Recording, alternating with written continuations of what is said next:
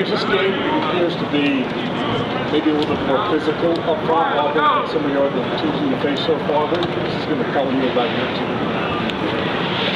Yeah, obviously these types of opponents, I think, Purdue obviously opening up with a Big Ten game, I think prepares us for this game maybe in a different way than if we hadn't played them. But we'll know a lot more about our team come Saturday night than we do at this stage. On the road, this atmosphere, this type of opponent, the athleticism that they have, we'll have a much better idea of kind of who we are. James, you said last week that you didn't have an update yet on Izzard and Vilbert. Do you have an update on their status heading into this game? No. James, we saw Theo Johnson out there today. I know last week he said that he'd been hopeful.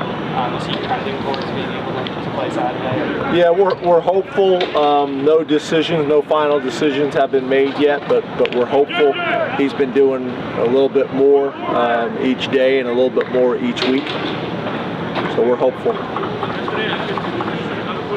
The way Auburn likes to run the ball, how big of a test is this for your secondary, primarily your safeties, coming downhill and attacking the ball with the run game? How much do you like to see that? Well, yeah, I think you hope that it's the front seven and not the safeties, because when the safeties are getting too involved, that's when you're susceptible for the play-action pass and the big shots. But there'll be a time and place for that. But obviously, you hope that you can be as productive as you need to be with the front seven and not include the safeties, you hope.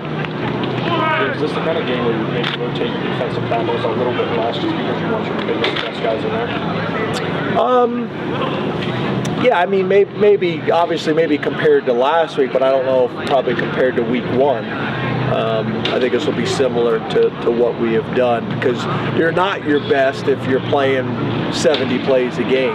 We want to keep those guys as fresh as we possibly can. So I think it'll be probably a similar rotation to what we did against Purdue.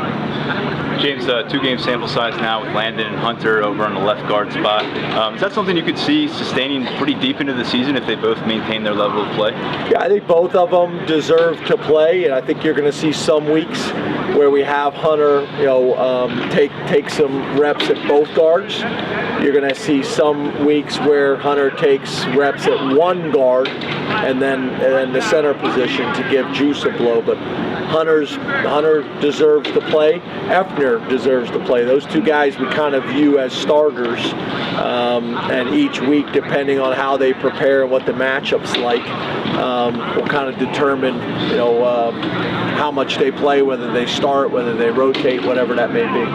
James, don't know if I saw Kaytron Allen on the practice field today. Is he going to be available for Saturday? Yeah, he was not out here today, but yeah, he'll be out here Saturday. Does the running back rotation change at all? We have not sat down and talked as a staff about rotations at this stage. Hey James, when the college football playoffs kick in, what would happen to games like this? Intersectional against highly ranked, or potentially highly ranked? I don't think I don't know. It really depends on the athletic director. It depends on what the conference is pushing, the commissioner at the conference is pushing. I don't know. I don't know if it will change it. It really depends on the AD's philosophy, the head coach's philosophy, and what the conference is trying to push. I'm not necessarily sure. I think it's going to be pretty, individualized. James, so far this season, the defensive line has come up empty on the sack totals. Is that a natural byproduct of getting other positions involved in the pass rush, or is there something the front four needs to do differently in the game? Yeah, I mean, obviously we want more production. I don't know if I would describe it the way you did, but yeah, we want more production. We want more tackles for loss. We want more sacks. We want more interceptions. All those disruptive type plays that are drive killers and momentum changers. So we need more of them. There's no doubt about it, and that's for our entire defense. James, Dixon was announced as a starter Saturday over Kalen King. What went into that decision? Is that sort of still an ongoing battle? Yeah, again, we talk about competition at every position. Johnny's playing well right now. Terry and the defensive staff and Manny felt like he did enough to have the opportunity to start. Really, rep-wise, it didn't really change a whole lot rep-wise for those two guys. But those are the type of competitions we hope to have kind of throughout our program and at every position. And as you know, I know you guys ask some of these questions. Very rarely am I going to tell you what the rotation is going to be before the game, whether I know or not, because I know Auburn is listening. So I probably won't get into a whole lot of those details in this setting. You've seen a lot of different personnel out there. What's been your kind of impression of all the guys that gets involved? You see that 7 defensive back package out there.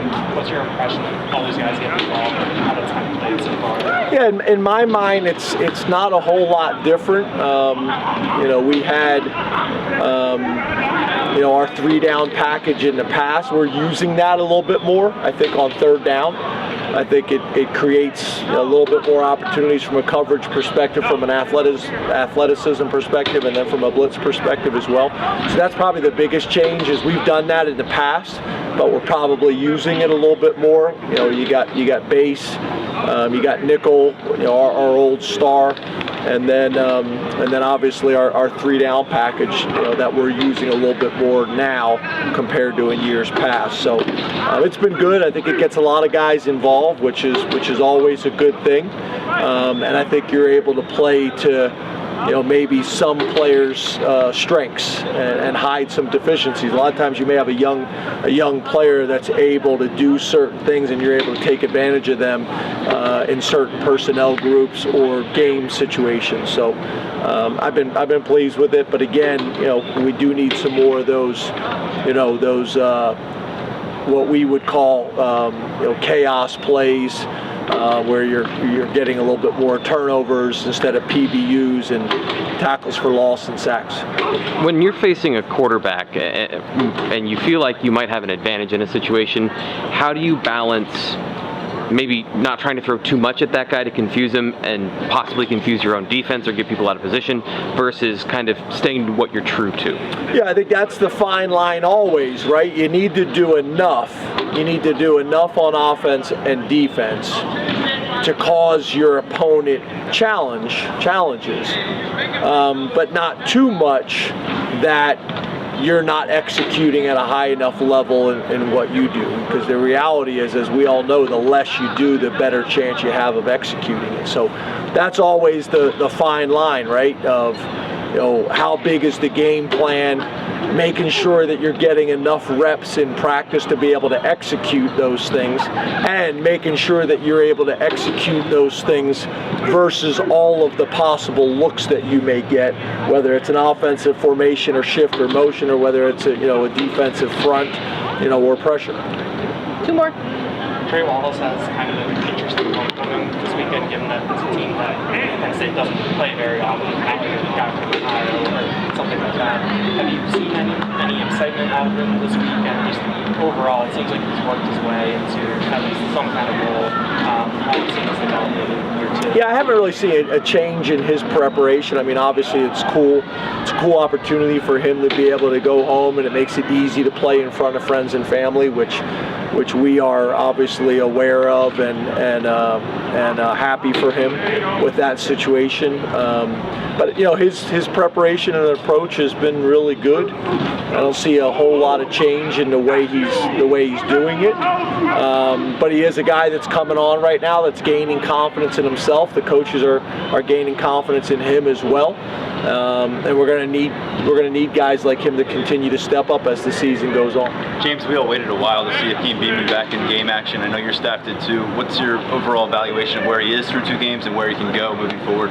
Yeah, I'm pleased, but I also think he's one of those guys, like we talked about, that I think can really be disruptive. And we're knocking the rust off a little bit. He hasn't played in games in over a year, but what he did all camp and what he's done so far this season in practice, has been really impressive, and he's shown some flashes in games, but I think he's capable of being a more disruptive force in there. Thank you, Coach. Thank you. Thanks, Thank you. guys. Thanks, Jim.